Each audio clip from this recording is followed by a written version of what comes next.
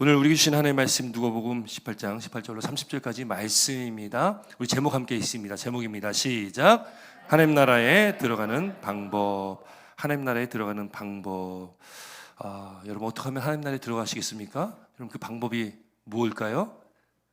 여러분 뭐라고 생각하십니까? 다 아시는데 대답을 안 하시는 걸로 알고 있겠습니다. 하나님 나라에 가는 방법 아주 간단 명료합니다. 예수님 믿으면 되는 거죠. 예수님 믿으면 구원 받는 것입니다.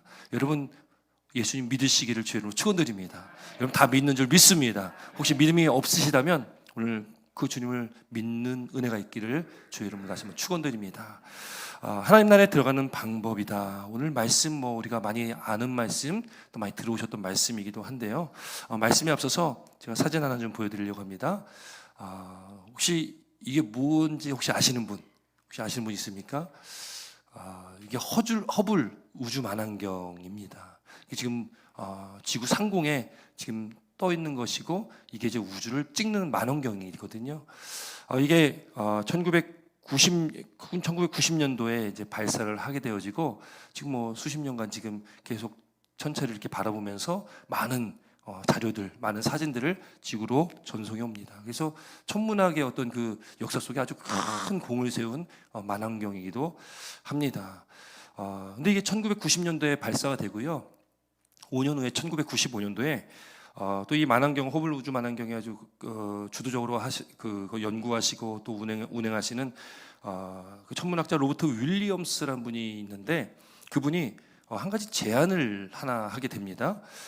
그 제안을 하나 했는데 엄청난 제안 같아 보이지 않는데 이게 굉장히 놀라운 일이고 쉽게 할 수 없는 그런 일이기도 했다라는 거죠.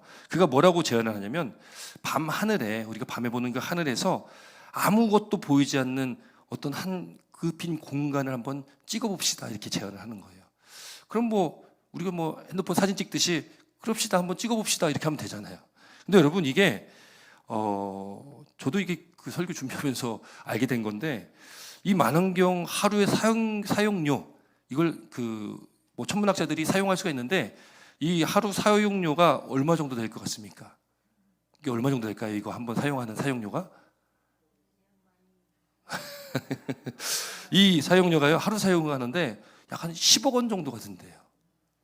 별로 안 놀라시는군요. 역시 우리 성도들은 억 정도는 그냥 우습게 생각하시는 분들이라 10억 원이면 100만 불 정도 되는 거잖아요. 하루 사용료가 약 그렇대요.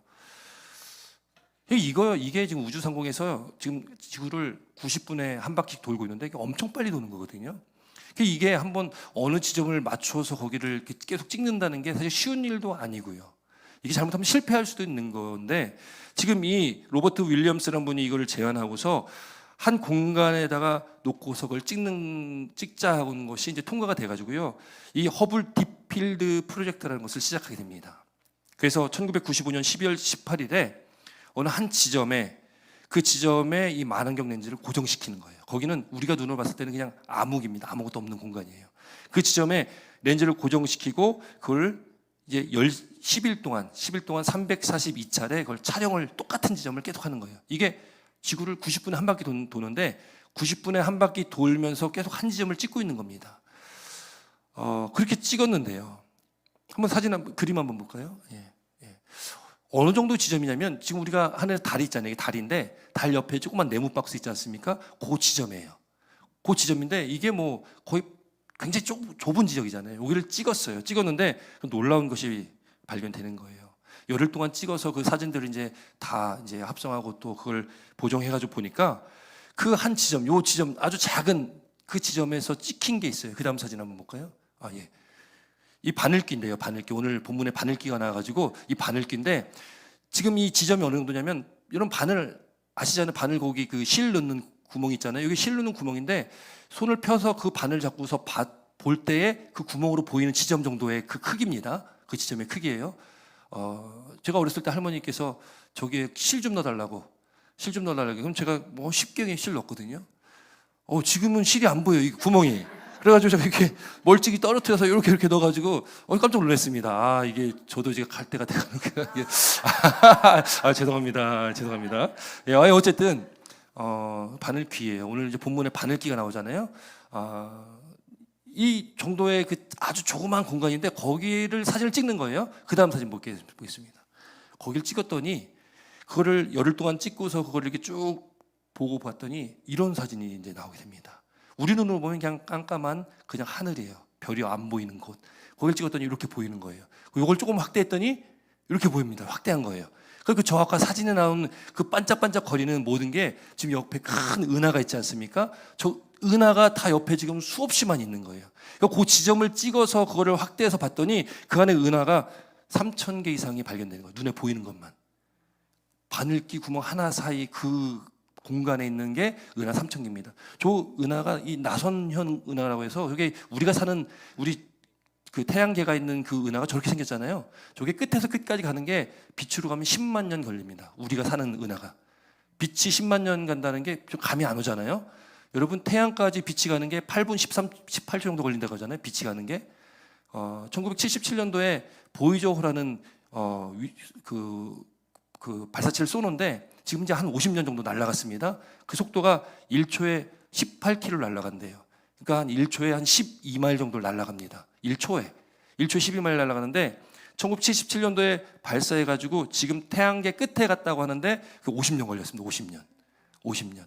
그러니까 10만 년이라는 것은 우리가 상상할 수 있는 게 아니에요. 상상할 수 있는 거리가 아닙니다.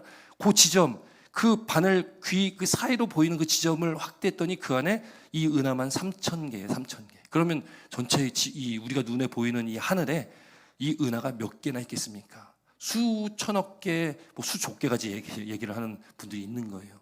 여러분 이 보이지 않는 지점이거든요. 보이지 않는 지점. 그 보이지 않는 지점에 우리가 상상할 수 없는 세계가 있습니다. 상상 수 없는 세계. 여러분 왜 이 사진을 이렇게 보여드렸냐면 오늘 본문의 말씀을 통해서 예수님께서 저와 여러분들에게 주시는 그 말씀을 통한 그 깨닫는 은혜가 있었으면 좋겠고 또 한번 같이 생각해보는 또 깊은 또 시간이 됐으면 좋겠어서 이 사진을 준비를 했어요. 우선은 오늘 본문을 좀 돌아가세요. 말씀 좀 나누면은 여기 보면 어떤 관리가 나옵니다. 어떤 관리가 나오는데 우리 가지고 있는 성경에는 관리라고 나오는데 같은 말씀을 기록하고 있는 공간복음이라고 하잖아요. 마태복음에는 청년이다, 돈 많은 청년이다. 또 마가복음에도 뭐 돈이 많은 사람이다. 뭐 이런 식으로 표현을 하고 있어요. 그러니까 이 관리는 젊고 돈이 많은 청년입니다. 젊고 돈이 많은 청년이에요.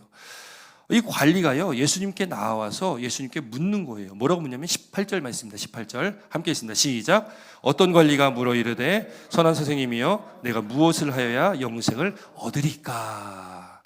선한 선생님이여 내가 무엇을 하여야 영생을 얻겠습니까? 이걸 묻는 거죠. 여러분이 관리가 청년이고 젊고 재물이 많고 능력도 있어서 관리까지 올라갔습니다. 어떤 보직에 있었는지 모르겠지만 아주 잘 나가는 사람들이에요. 여러분 이런 자리 또 이런 젊은 나이에 이렇게 많은 돈을 갖고 산다는 것이 얼마나 복이겠습니까? 여러분 부러우십니까? 안 부러우십니까? 부러우시죠?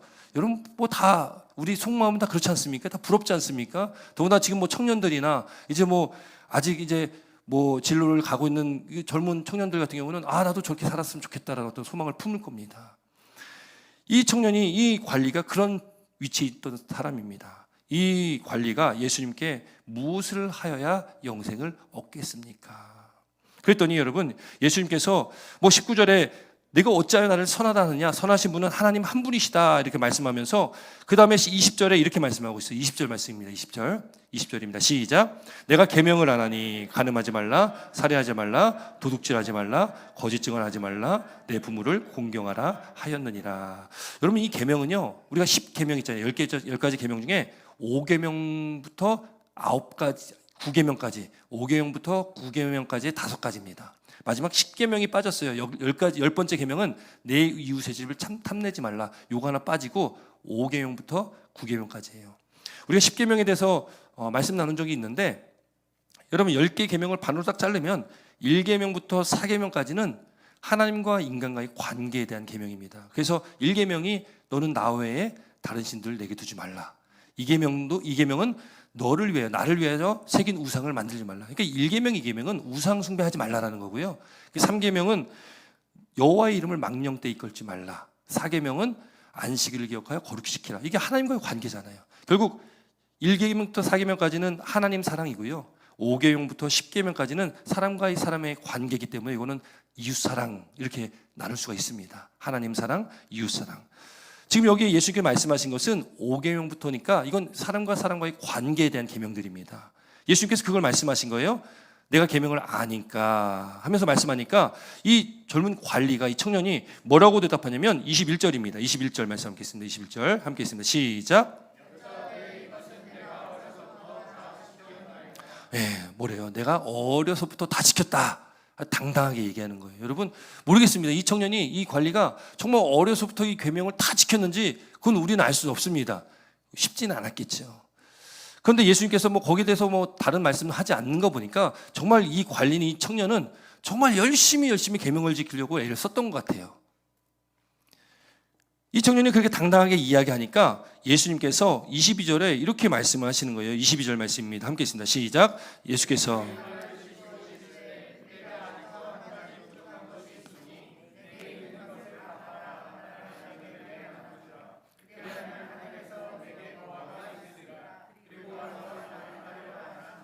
아멘. 여러분 여기 앞에 나왔던 5가지 계명, 그래 우선 지켰다고 치고 예수님께서 지금 말씀하시는 게 한 가지 부족한 게 있다는 거예요. 한 가지. 그러면서 하신 말씀이 뭐냐면 내게 있는 것을 다 팔아서 가난한 자들에게 나눠 주어라. 그러면 하늘에서 내 보화가 있고 그리고 와서 날 따라라, 이렇게 말씀하신 거예요.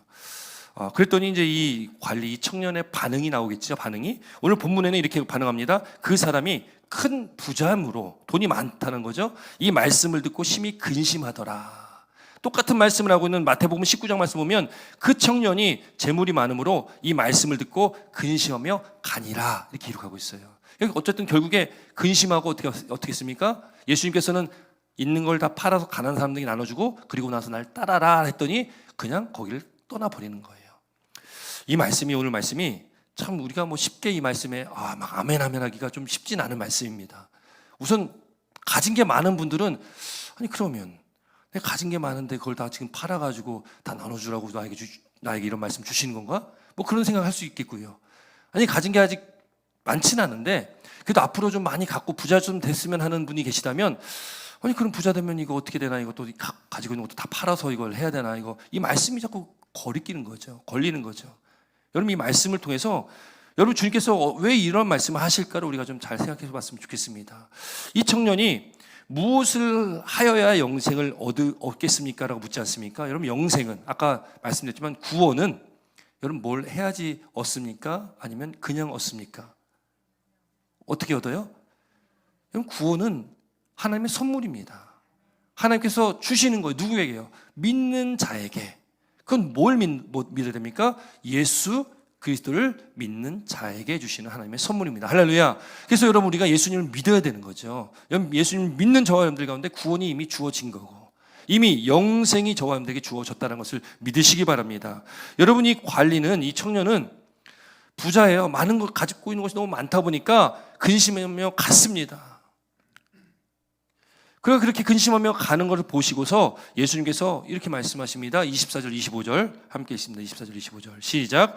예수께서 그를 보시고 이르시되 재물이 있는 자는 하나님 나라에 들어가기가 얼마나 어려운지 낙타가 바늘귀로 들어가는 것이 부자가 하나님의 나라에 들어가는 것보다 쉬우니라 하시니. 그 청년이, 그 관리가 돌아가니까 예수님께서 말씀하시는 거예요. 제자들에게, 또 거기 있는 사람들에게요. 재물 있는 자가, 돈을 많이 가지고 있는 자가 하나님 나라에 들어가기가 얼마나 어려운지 낙타가 바늘귀 아까 보셨잖아요. 우리 바늘귀 그 구멍이죠. 거기에 가는 것이 부자가 하나님의 나라에 들어가는 것보다 더 쉽다. 그럼 뭐가 더 어렵다는 거예요? 뭐가 더 어렵다는 겁니까? 부자가 하나님 나라에 들어가는 게 더 어렵다는 거예요. 그러면 또 여기서 이제 우리가 또 의구심이 생기죠. 아니 그러면 부자는 천국에 못 갑니까, 여러분? 부자는 천국 못 갈까요? 가겠습니까, 못 가겠습니까? 예, 긴가민가 하시죠, 여러분? 부자는 천국에 갈까 못 갈까? 여러분 부자라고 천국에 못 가겠습니까? 여러분 천국은 어떻게 해야지 간다고 했습니까? 믿으면 가는 겁니다. 돈이 많건 적건 간에 믿으면 가는 거예요. 믿으면 구원 받습니다. 믿으면 영생 얻습니다. 이건 돈이 많고 적음의 문제가 아닌 거예요. 근데 여러분 지금 예수님이 왜 이 돌아가는 청년을 이 관리를 보고서 이런 말씀하셨을까요? 재물 있는 자는 하나님 나라에 들어가기가 얼마나 어렵냐. 약대가 이 낙타가 바늘귀로 들어간 것과 부자가 천국에 들어간 것을 서로 비교해 보고 있는 거잖아요, 지금. 그러면서 부자가 천국에 들어간 것이 뭐 거의 불가능하다시피 지금 얘기를 하시는 거예요. 이 바늘귀란 단어가 나오지 않았습니까? 바늘귀. 이 바늘귀라는 단어를 가지고 이제 성경학자들이 뭘 의미를 할까라고 이제 막 연구를 했겠죠. 이 바늘귀라는 건 여러분 우선 여러 의견들이 있어요. 주장들이 있는데 그 당시에 이제 성벽에 이 성 안에 들어가기 위한 문들이 여러 개가 있지 않습니까?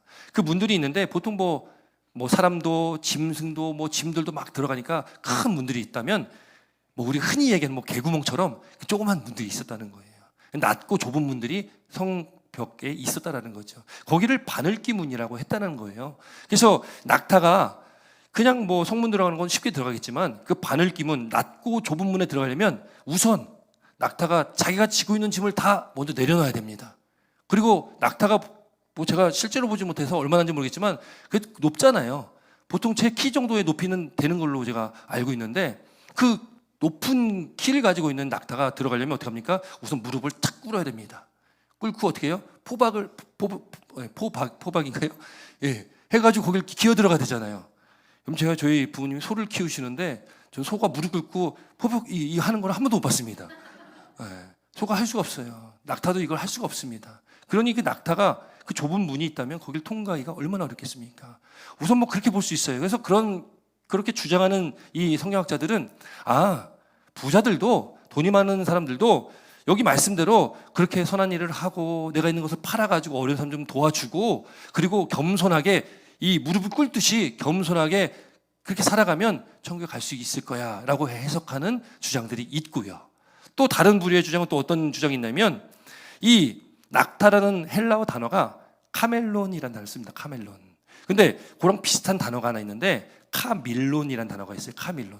이건 뭐냐면 밧줄입니다. 밧줄.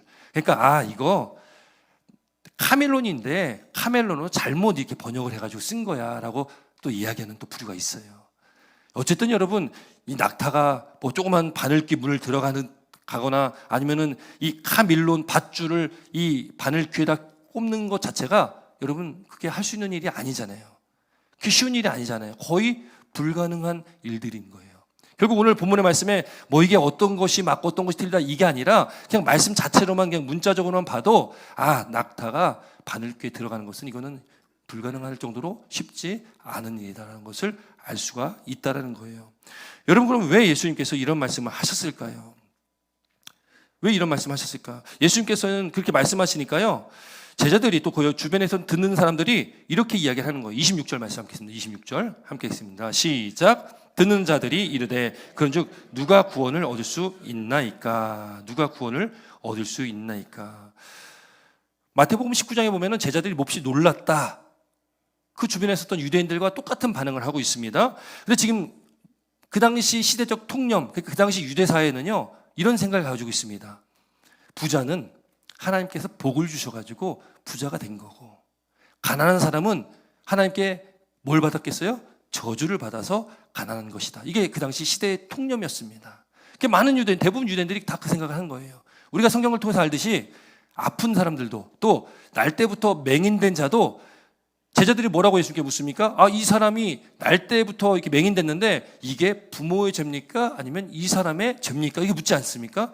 그 당시는 사회적 통념이 그래요. 가난하면 저주받은 거예요. 아프면 그것도 저주받은 거예요. 부자는 하나님이 복 주신 거예요. 그럼 여러분 사람들이 어떤 생각을 갖겠습니까? 야, 우리도 부자 돼야지. 우리도 하나님 복 받아야지. 그 생각 다 갖고 있지 않겠습니까? 여러분 그렇잖아요. 여러분 그런 생각 갖고 계시죠? 아니십니까? 솔직하게 얘기해 보시면 여러분 다 부자 되고 싶은 생각을 누구나 다 갖고 있을 거예요. 그런데 여러분 지금 여기 말씀하고 있는 것, 지금 여기 그 사람들이 누가 구원을 얻을 수 있나니까 그 시대적 통념 속에 그러면 이 부자 이렇게 하나님께 복 받은 이 사람이 영생 얻지 못하고 구원받지 못하면 그럼 대체 누가 구원받는 거냐 이런 의미예요. 누가 구원받는 거냐 대체. 이 사람처럼 사람들에게 인정받고 존경받고 계명도 열심히 지켰고 그렇게 젊은 나이에 정말로 그 높은 자리까지 앉은 그렇게 하나님께 복받은 이 사람이 구원받지 못한다면 영생 얻지 못한다면 누가 구원받을 수 있는 거냐? 그렇다면 여러분 이 사람이 돈이 얼마나 많은지 모르겠지만 저와 여러분들은 그 당시에 시대 통념으로 봤을 때 우린 구원 못 받는 존재가 되는 거예요. 아프잖아요? 저주받은 존재가 되는 거예요. 그게 그 당시 사회 통념이었다는 거죠. 그때 그 사람들이 누가 구원을 얻을 수 있나이까라고 이야기할 때 예수님께서 분명히 말씀하시는 거예요. 27절 말씀입니다. 27절 함께 있습니다. 시작. 이르시되 무릇 사람이 할 수 없는 것을 하나님은 하실 수 있느니라. 아멘. 여러분 무릇 사람이 할 수 없는 것, 이건 뭐예요? 하나님께서 예수님께 말씀하신 게 우리 인간, 우리 사람은 한계가 있다는 거예요. 한계가 있다. 우리가 할 수 없는 것들이 있다는 거예요. 그러나 우리가 할 수 없는 것은 하나님께서는 하실 수 있다. 왜요? 그 하나님은 전지전능하신 하나님이기 때문에 그렇습니다. 천국에 들어가는 거 여러분, 영생을 얻는 거는, 구원받는 거는 우리가 아무리 인간적인 노력을 해도 우리가 우리 노력으로 얻을 수 있는 것이 아닙니다. 우리가 아무리 계명을 열심히 지키고 교회 나와서 열심히 봉사하고 헌신한다고 여러분 그거 구원받을 수 있는 거 아니잖아요. 구원은 오직 예수 그리스도를 믿음으로 받는 것임을 우리가 앞서 말씀 나눴습니다. 그러니 이 구원받는다는 것, 영생 얻는다는 것은 사람이 할 수 있는 일이 아니다. 이거는 하나님만이 할 수 있는 것이다. 하나님은 하실 수 있다. 그걸 말씀하고 있는 것이 오늘 27절의 말씀입니다. 여러분 그 하나님을 믿으시길 주의 이름으로 축원드립니다. 여러분 구원을 얻을 수 있는 방법은 오직 한 길밖에 없어요. 길이요 진리요 생명이신 예수 그리스도밖에 없다. 예수 그리스도 외에는 다른 이름을 우리에게 주시지도 않았고 다른 길을 우리에게 제시해 주시지도 않았습니다. 그래서 에베소서 2장 8절 말씀 보면 그 은혜에 의하여, 하나님의 은혜에 의하여 믿음으로 말미암아 구원을 받았으니 할렐루야. 여러분 우리는 하나님의 은혜로 말미암아 믿음으로, 예수 그리스도를 믿는 믿음으로 말미암아 구원을 받았다라는 것을 믿으시기 바랍니다. 또 영접하는 자, 곧 그 이름을 믿는 자에게 하나님의 아들이 되는, 하나님의 자녀가 되는 권세를 주셨다 말씀하고 있어요. 네가 만일 내 입으로 예수를 주로 시인하면, 또 하나님이 그를 죽은 자 가운데서 살리신 것을 내 마음으로 믿으면 구원을 받으리라. 여러분 구원은 믿음으로 받습니다.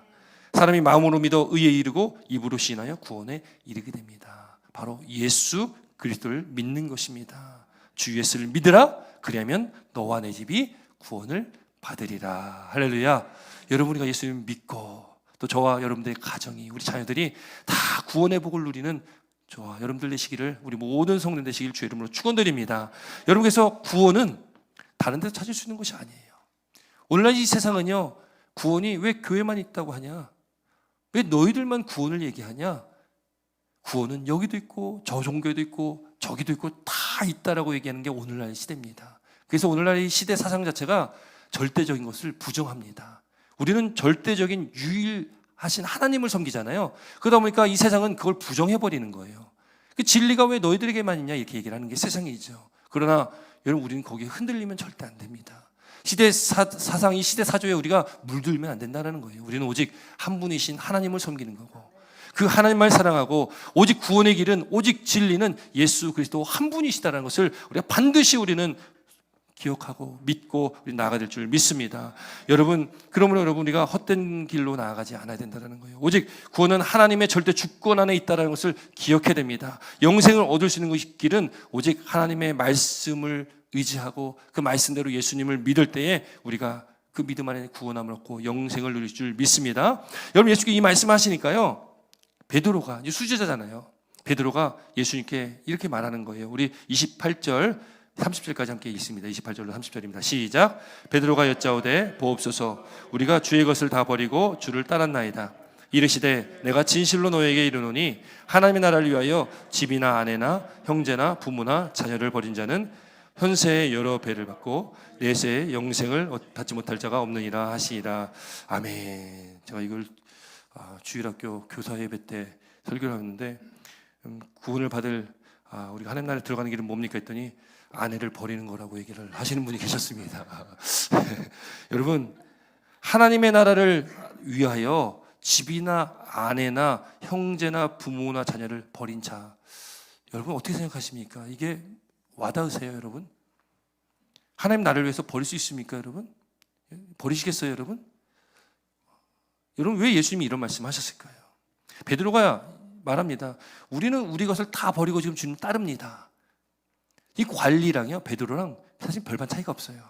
관리도 무엇을 하여야 영생 얻겠습니까? 내가 모든 것을 했는데 내가 계명도 잘 지키고 선행도 베풀고 열심히 살았는데 그럼 당연히 영생은 내가 얻는 거 아니겠습니까? 이런 마음이거든요. 관리가 지금 예수님께 묻는 것은 무엇을 하여야라는 것 자체가 이미 자기가 그렇게 하며 살아왔기 때문에 이 영생이 나에게 있는 거구나라고 예수님께 뭔가 확답을 받기를 원했던 거예요. 그랬더니 예수님이 딴소리를 하신 거예요.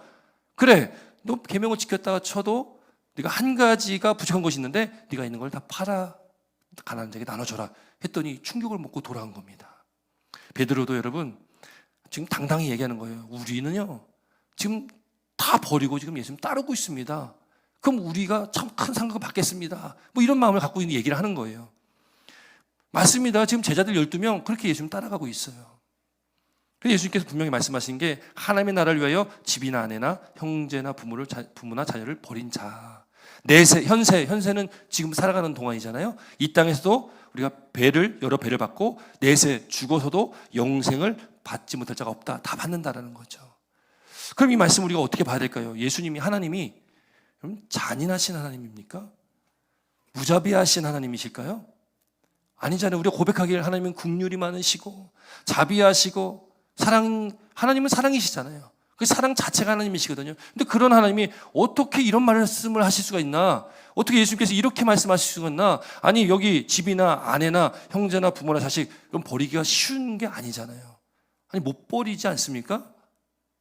그럼 버리실 수가 있어요? 물론 요즘 아주 이상한 일들이 많이 일어나가지고 폐륜적인 일들이 많이 있잖아요. 그런데 우리가 일반적으로 여러분 우리가 이걸 버린다는 것은 참 쉽지 않은 거잖아요. 아니 버릴 마음도 갖지 않는 것들이죠. 어떻게 보면은. 근데 왜 예수님께서 왜 이런 잔인하다 싶은 이런 말씀을 하셨을까요? 여러분 이거는 맹목적으로 이렇게 믿고 맹목적으로 그래 다 버리고 다 교회로 바치고 다 그렇게 와서 예배드리고 기도해라. 이거는 1992년도 10월 28일 날 한국에 있었던 다미선교회 그 휴거 사건과 똑같은 거예요. 직장도 그만두고 학교도 그만두고 다 모여라. 재산도 다 교회로 가져와. 그리고 예배만 드려. 주님 오신다.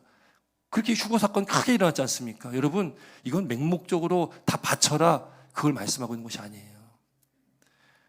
왜 예수님이 이 말씀을 하시고 있냐면 이 관리를 우리가 볼 때에 관리가요. 지금 5계명부터 9계명까지는 자기가 지켰다고 말을 하잖아요. 어려서부터 다 지켰다고. 그럼 한 가지 지금 예수님이 말씀하신 것 네가 가지고 있는 것들을 팔아서 가난한 사람에게 줘라. 이 말씀은 그냥 진짜 팔아서 다 줘라라는 그 단순한 의미에만 있는 것이 아니라 너 선택해. 네가 가지고 있는 재물이 먼저냐 아니면 하나님이 먼저냐. 그거를 지금 묻고 있는 거예요. 네가 지금 중요하게 여기는 그 재물, 지금 재물이 많은 관리고 청년이지 않습니까? 네가 가지고 있는 이 많은 재물이 있는데 그게 먼저냐 아니면 하나님 먼저냐. 네가 나를 따르고 그렇게 영생의 복을 누리고 구원 얻고 싶다면 너가 다 팔아서 가난한 자들에게 나눠주고 날 따라와라. 이거는 10계명이에요. 1계명부터 4계명까지의 말씀에 관한 거죠. 하나님과의 관계입니다. 너는 나 외에 다른 신들을 내게 두지 말라. 너를 위해 새긴 우상들을 만들지 마. 하늘에 있는 것이나 땅에 있는 것이나 땅 아래에 있는 물속에 있는 어떤 형상도 만들지 말고 그것들에게 절하지 마. 너는 나만 사랑해. 나만 섬겨라. 여러분 하나님이 우리에게 이 말씀 성경 66권을 통해서 끊임없이 우리에게 말씀하시는 것은 그걸 말씀하고 있습니다. 하나님을 사랑하고 내 이웃을 나 자신처럼 사랑하는 것. 가장 먼저는 뭐예요? 하나님을 사랑하는 거예요. 그 어떤 것도 하나님을 사랑하는 것보다 앞서면 안 된다는 거죠. 여러분 우상은 무엇입니까? 우상은 뭐 대단한 것이 아니잖아요. 여러분 우상이 뭐 돌 새기고 뭐 금으로 새기고 이게 우상이 아니라 여러분 우리가 하나님보다 앞서는 것이 있다면 그 모든 것이 다 우상이 됩니다. 그럼 재물이죠. 돈이 하나님보다 앞선다면 그것이 우상이 되는 거고요. 여기 아내, 형제, 부모, 자녀 하나님보다 앞서서 그를 더 사랑한다면 그 우상이 될 수 있다는 거예요. 하나님이 원하시는 것은 하나님을 가장 사랑하기를 원하십니다. 할렐루야. 여러분, 하나님을 가장 사랑할 때에 하나님께서 우리의 필요를 다 아시는 분이세요. 그래서 마태복음 5장 6장이 그걸 말씀하고 있거든요. 그래서 우리에게 말씀하시는 게 뭐예요? 먼저 그의 나라와 그의 의를 구하라. 그리하면 이 모든 것을 너에게 더하여 주시리라. 할렐루야. 여러분, 근데 우리가 그렇게 바뀌어 있는 거예요. 뒤바뀌어서 우리가 원하는 것을, 우리가 필요하는 것을 계속 하나님께 요구하고 요청합니다. 먼저 그의 나라, 하나님의 나라와 하나님의 영광을 위해서 우리가 기도하고, 또 우리에게 주어진, 저와 여러분들의 삶 속에 우리에게 주어진 것들로 하나님의 영광에 살아가는 것이 아니라 내 만족과 유익을 위해서 살아가면서 내가 필요한 것을 끊임없이 구하며 살아가는 거죠. 먼저 하나님의 나라와 하나님의 의를 구하지 않고 살아간다는 거죠. 그러니 하나님을 사랑하지 않으니 이 젊은 관리가 근심할 수밖에 없죠. 내가 이걸 내려놔야 되는데, 내가 이걸 놔야 되는데 너무 아깝고 이걸 놓을 수가 없는 거예요. 그러니 여러분, 심히 근심하다가 갔다라고 말씀하고 있습니다. 여러분, 하나님은 잔인한 하나님이 아니십니다. 정말 이게 다 버리고 하라 이게 아니라, 여러분, 우리가 버려야 할 것들이 있어요. 여러분, 우리가 내려놔야 될 것들이 있습니다. 우리가 하나님보다 더 중요하게 여기는 것들이 분명하게 있을 것입니다. 그런 것들을 내려놓으라는 거예요. 그런 것들을 버리라고 말씀하십니다. 그것이 무엇이든지 간에 하나님보다 더 앞선 것이 있다면 다 내려놓고 버려라. 그럼 하나님께서 이 모든 것을 너에 더하게 주신다라고 말씀하고 있다는 거예요. 여러분, 그런 삶을 살아가는 저와 여러분 되시길 주 이름으로 축원드립니다. 여러분, 하나님 자비하신 하나님이시고요, 하나님 긍휼의 하나님이세요. 하나님 자체가 사랑이십니다. 그래서 하나님은 사랑이시다라고 성경 요한일서에 기록하고 있지 않습니까? 여러분, 우리는요 어떻게 됩니까? 마태복음 6장 24절에 잘하는 말씀이잖아요. 한 사람이 두 주인을 섬기지 못할 것이니, 혹 이를 미워하고 저를 사랑하거나 혹 이를 중히 여기고 저를 경히 여김이라. 너희가 하나님과 재물을 겸하여 섬기지 못하느니라. 여러분, 겸하여 섬길 수가 없습니다. 우리가 하나님과 다른 그 어떤 대상과 겸하여 섬길 수가 없습니다. 그건 다 우상이 되어지기 때문에 그렇습니다.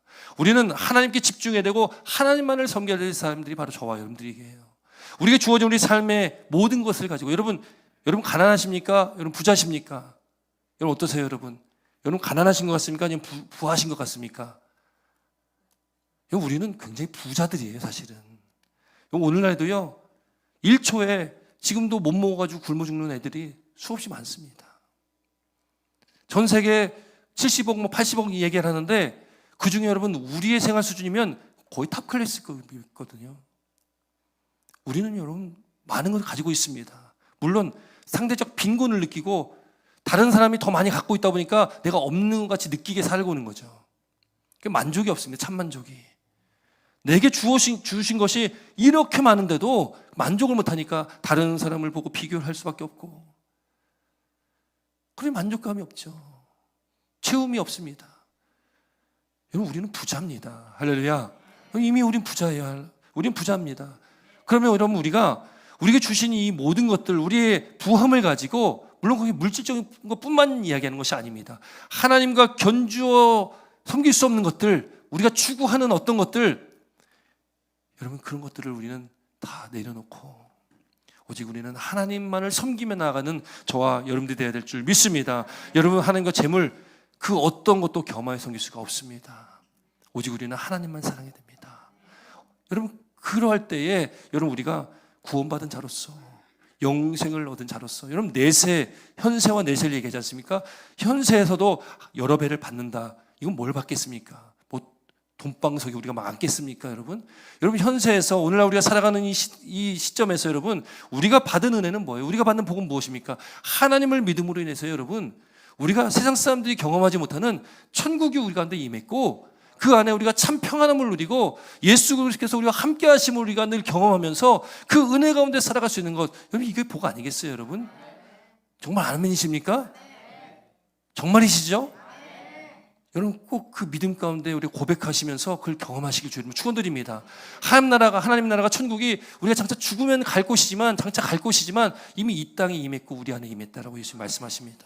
그럼 우리가 그걸 맛보고 경험하며 살아야 되는데, 우리가 세상을 바라보고 우리가 추구하는 것들을 계속 바라보고 가다 보면 그 하나님 나라를 못 경험합니다. 늘 부족한 것 투성이고 참 만족, 참 평안함을 그래서 누릴 수가 없게 되어진다는 거예요. 그래서 여러분, 먼저 그의 나라와 그의 의를 구하시기 바랍니다.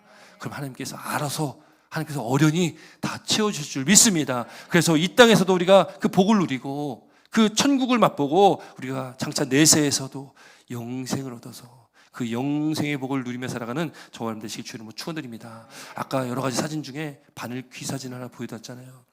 거기 그 바늘귀를 통해서 바라보는 하늘 그 어두컴컴한 그 세계는 우리 눈에 보이지 않는 곳이었습니다. 그런데 그곳에 정말 우리가 상상할 수 없는 수천 개의 은하가 저 한 공간에 몰려 있다는 것을, 우리가 바라보는 이 하늘에 수천 개의, 아니 수억 개의 이 은하, 우리가 상상할 수 없는 크기의 은하가 펼쳐져 있다는 것을 우리는 정확히 알 수가 없습니다. 그러나 하나님은 살아계신 하나님이시고 그 하나님은 이 광활한 우주를 운행하시는 하나님이세요. 그렇기 때문에 우리는 그 하나님을 여러분 우리가 믿지 못한다면, 그 하나님을 나의 하나님으로 우리가 섬기지 못한다면 우리가 얼마나 교만한 겁니까, 여러분? 하나님의 말씀이 우리 가운데 있는데 이 말씀을 믿지 못하고 이 말씀을 따라 살아가지 못한다면 여러분 우리가 얼마나 교만한 겁니까? 우리는 우주라는 이 광활한 우주 안에 아무것도 아닌 존재인데 우리가 어떻게 하나님을 무시하고 그 하나님을 우리가 믿는 둥 마는 둥 하면서 살 수 있겠습니까? 여러분 결단하시고 하나님을 가장 사랑하시기 바랍니다. 헛된 세상의 방법을 쫓아가지 마시고, 헛된 재물, 헛된 우리가 추구하는 것들을 쫓아가지 마시고, 겸하여 섬길 생각하지 마시고, 양다리 걸칠 생각하지 마시고 하나님을 가장 사랑하시길 주의 이름으로 축원드립니다. 그래서 하나님께 주시는 놀라운 복의 근원은 하나님이세요. 그 하나님께 주시는 놀라운 복을 이 땅에서 누리고 장차 우리가 영생의 복, 그 구원의 은혜를 누리는 저와 우리 사랑하는 성도 여러분들 되시기를 주의 이름으로 축원드립니다. 기도드리겠습니다.